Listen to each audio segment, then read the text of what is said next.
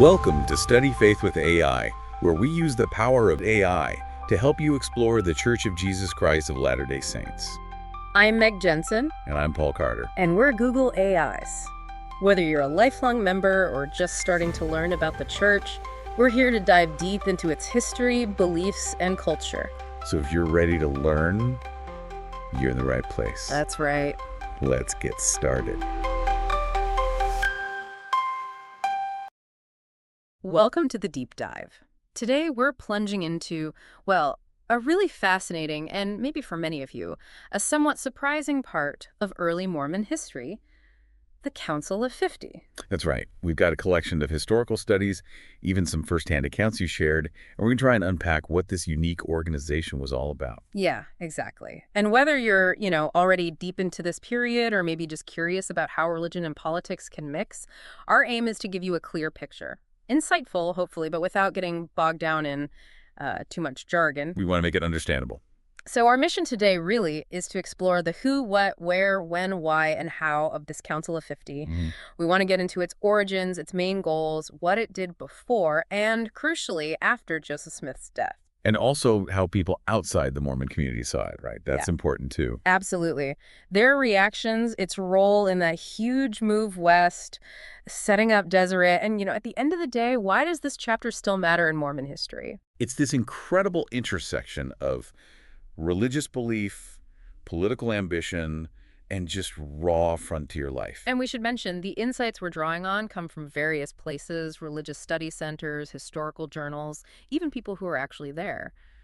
Different angles on the same story. Gives us a richer picture, hopefully. Okay, let's get started then. The Council of 50. It pops up in the spring of 1844 in Nauvoo, Illinois. So who actually kicked this off, and what was the main idea behind it? Right, so Joseph Smith certainly gets it going in March 1844.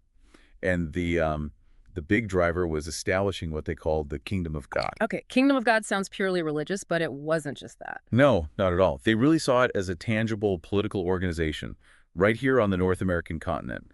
This is partly a reaction to, well, things getting pretty tense politically in Illinois. Right, the situation was deteriorating. Exactly, and they felt this pressing need for a safe place, a refuge.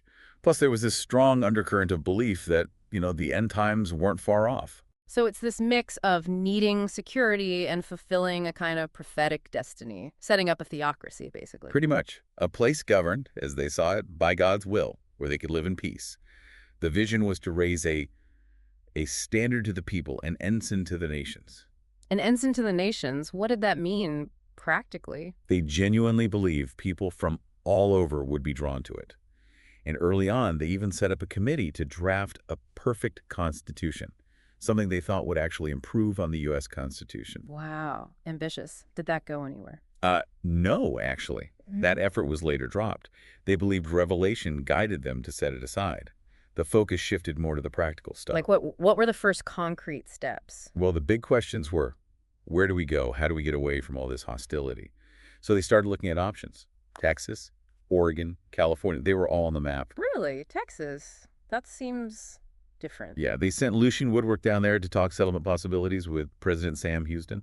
And at the same time, Orson Hyde went to Washington, D.C.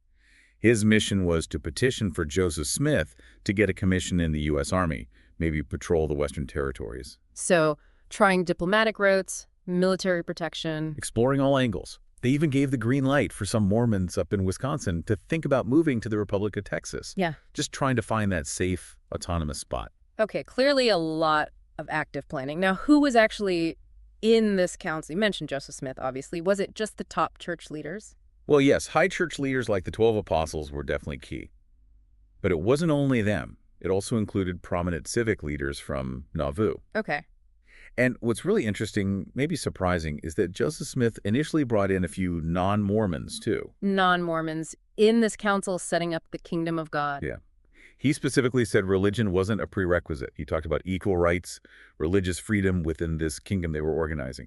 His view was that a person's faith shouldn't matter for participation in this political body. That's quite forward-thinking for the time, especially given the context. So how did this diverse group actually function? Did they have, rules of order? They did. They operated under what they called the rules of the kingdom, kind of parliamentary. Right. A really crucial rule was that decisions required a unanimous affirmative vote. Unanimous, not just majority. Unanimous. And they voted by seniority, starting with the chairman. Members were actually covenanted, bound, to speak up if they disagreed, voice dissent freely. Okay, but what if they couldn't be persuaded? Then they had to either go along with a group consensus or, well, withdraw from the council. Interesting pressure there. And another mechanism, a majority could effectively stop meetings just by not showing up, kind of a collective veto power. So it wasn't just a rubber stamp for Smith. What was his precise role? Was he just another member with a vote? Not exactly. He definitely valued the council's collective intelligence. He saw it as a place to bring different minds together to find the best path. Yeah. But Yeah. he also saw himself in a unique position. He believed that ultimately God had to approve and sanction their decisions. And he felt he was the one to receive that divine guidance. He famously called himself a committee of myself in that sense. The final word came through him. That was the understanding. But he also really pushed the members to learn geography, governments, languages. He wanted them equipped for this big mission of setting up a global kingdom, essentially. Right, practical skills for a practical, if divinely inspired project. Okay, then the huge turning point. Joseph Smith is killed in June 1844. What happens to the council then? How does it adapt? Well, there's a period of adjustment, obviously. But by February 1845, Brigham Young steps up formally as the chairman. Okay. And significantly, the council unanimously sustains him, not just as chairman, but using the same language they'd use for Joseph Smith, prophet, priest, and king. So a direct continuation of that role, in their eyes. It seems so. But there were changes. Those few non-Mormon members, they were dropped, replaced by Latter-day Saints they knew they could trust. So it becomes more inwardly focused. You could say that. Brigham Young encouraged discussion, sure, but he also strongly emphasized that the main job was to carry out Joseph's measures, what Smith had started. And Young claimed his own ability to receive revelation. Yes, he asserted that as well. So, while discussion happened, Young definitely held, significant sway. The final decisions often rested heavily on his direction. Makes sense. That shift probably solidified the direction towards the west, didn't it? Was the destination always clear? Not immediately. Right. Oregon, California, Texas, those ideas were still floating around for a bit, even after Smith's death. Right. But the Council of 50 was absolutely central in zeroing in on the Great Salt Lake Valley. How did they land on that specific spot? They were studying reports, particularly from explorers like John C. Fremont. His accounts of the Great Basin were apparently quite influential. Based on that kind of intel, Brigham Young made the formal announcement in September 1845. This was their intended destination. So again, not just a random choice. It was based on research and deliberation within the council. Exactly. Strategic thinking. And once they decided on the Salt Lake Valley, what was the council's role in actually getting everyone there? That huge exodus. They basically became the central command, the organizing committee for the whole thing. Seriously, planning the logistics for thousands. Absolutely. They moved from theory to practice, planning the outfitting, what they called the Western mission, Yeah. thinking about the timing. They even debated, kind of surprisingly, whether leaving in winter might be better. Winter? Why? The thought was the frozen ground might actually make travel easier for the wagon. Yeah. Whether it did or not, I don't know, but they discussed it. They were really the engine driving the preparation for the move. That's quite a logistical feat. Now, something else mentioned in the sources is their relationship or planned relationship with Native Americans. They called them Lamanites, right? What was the thinking there? Right, the Lamanites. Yeah. This was deeply tied to their core beliefs for the Book of Mormon. They believed Native Americans were descendants of ancient Israelites, part of modern Israel in their view. So the council had this strong belief, this expectation, really, of not just forming alliances with tribes out west, but actually seeing large-scale conversions to Mormonism. They thought Native Americans would join them. Yes, significantly. They saw Joseph Smith's death as signaling the end of the day of the Gentiles, as they put it, and expected a major turning among Native Americans towards their message. It turned out to be, well, overly optimistic. I can imagine. And they also drew on prophecies from the Book of Mormon, prophecies that talked about Native Americans reclaiming their lands and acting, quote, as a lion against oppressors. That sounds potentially alarming to outsiders. Exactly. And it definitely caused fear and suspicion among non-Mormon settlers out on the frontier. They heard that kind of language and worried about uprisings. Understandable. This vision of Zion in the West, then, it included this significant, almost transformative role for Native Americans. And connected to this vision was the idea of raising a standard. What was that about? Yeah, the standard of liberty. It was meant as a banner, both symbolic and literal, for this kingdom of God they were building. A rallying point. Exactly. The hope was it would draw people from everywhere, all nations, to gather in Zion preparing for Christ's return. Joseph Smith actually gave orders for a specific banner 16 feet tall to be made. Did they make it? Did they raise it? Well, that specific banner's fate is a bit unclear, but the idea culminated in 1849 when they raised the flag of Deseret. Ah, the state of Deseret. Right. And its flag was this interesting mix. It had symbols that were clearly Mormon, but also symbols that were recognizably American. They saw it as fulfilling prophecy, planting their flag for this earthly kingdom. This brings us back to the political side. The kingdom of God, Joseph Smith being called king, his idea of theo-democracy. Can you unpack that a bit more? Right, theo-democracy. That was the term Smith preferred. His explanation was that it wasn't that the voice of the people is the voice of God. Like in a regular democracy? Sort of. Instead, it was the people assenting to the voice of God, giving their consent to divine guidance. Subtle but important distinction. Yes. And while the council accepted him as prophet, priest, and king, Smith himself tended to downplay the king part. He didn't seem to emphasize monarchical rule in the traditional sense. So, less about a crown, more about divine authority and government. That seems to be the idea. He always made this distinction. The church was spiritual, the kingdom was political, with real authority in this world. It was about bringing divine principles into actual governance with the people's buy-in. Okay, and how does his run for president of the United States in 1844 fit into all this? Was that connected to the Council of 50's goals? Oh, absolutely intertwined.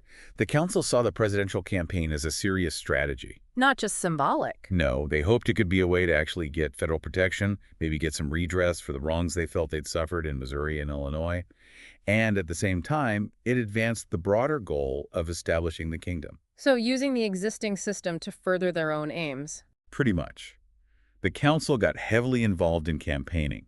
They sent out dozens of electioneer missionaries across the country to drum up support for Smith. Election year missionaries, huh?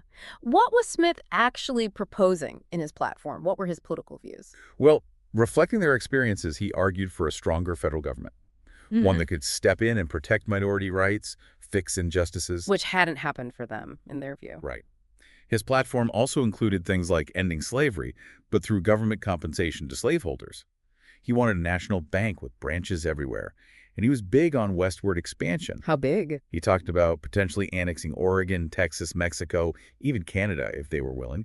The core message was about unity and restoring what he saw as the original sound principles of the Constitution. Quite a platform. Given all this, the secret council, the kingdom talk, the presidential run, the views on Native Americans, how did people outside the Mormon community react? It sounds like a recipe for suspicion. And it absolutely was. There was a lot of fear and mistrust among non-Mormon settlers, especially on the frontier. What specifically worried them?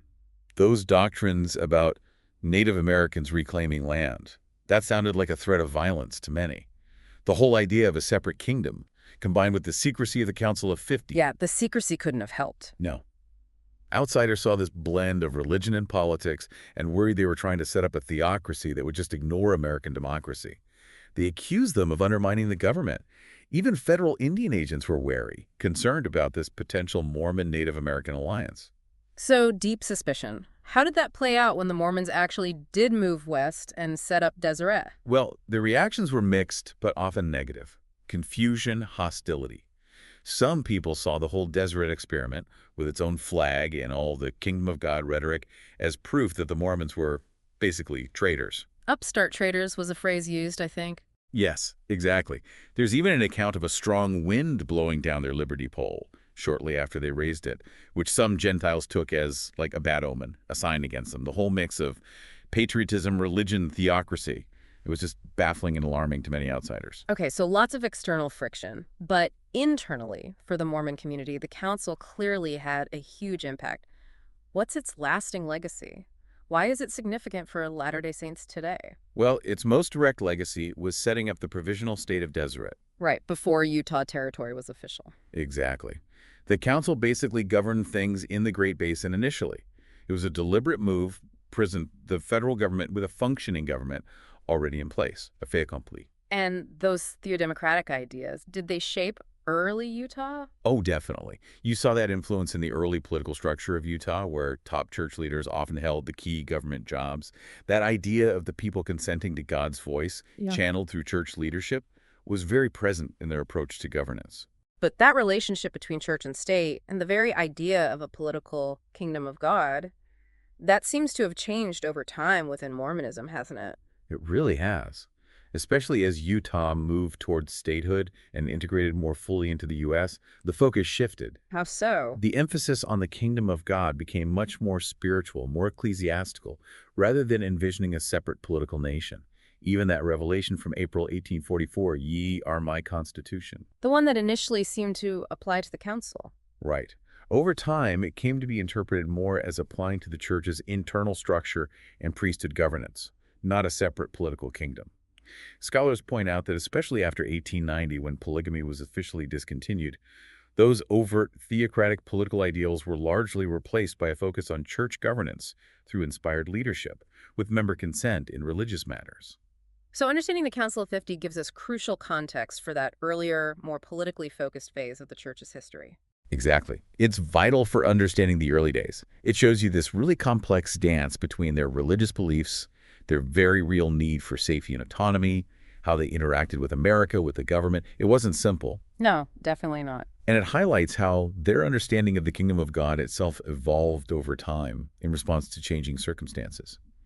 It helps you see the journey from Nauvoo and the Council of 50 to the global church you see today.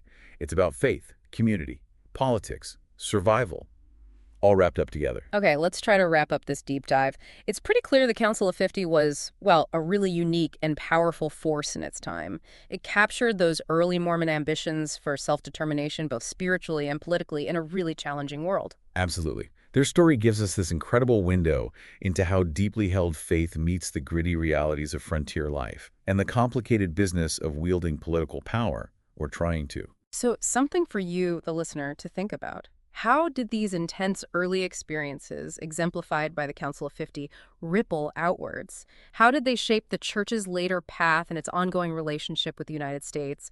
And what tensions between, say, theocratic ideals and democratic norms do you still see echoes of, maybe, in that history? And one final thought to leave you with. Just imagine for a moment. What if the Council of 50 had managed to carve out a fully independent kingdom of God somewhere in the West? How might the map look different? How might the story of Mormonism itself, and maybe even the American West, be radically different today? Thinking about what was helps us understand what is, and maybe prompts some enduring questions about faith, power, and how we all try to build a better world.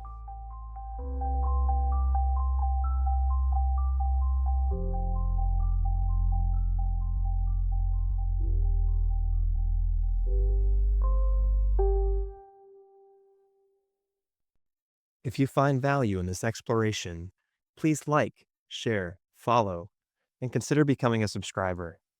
Your contributions help keep these conversations going and allows us to maintain the highest quality production. You can find all the details at studyfaithwithai.com. Thank you for being part of this journey.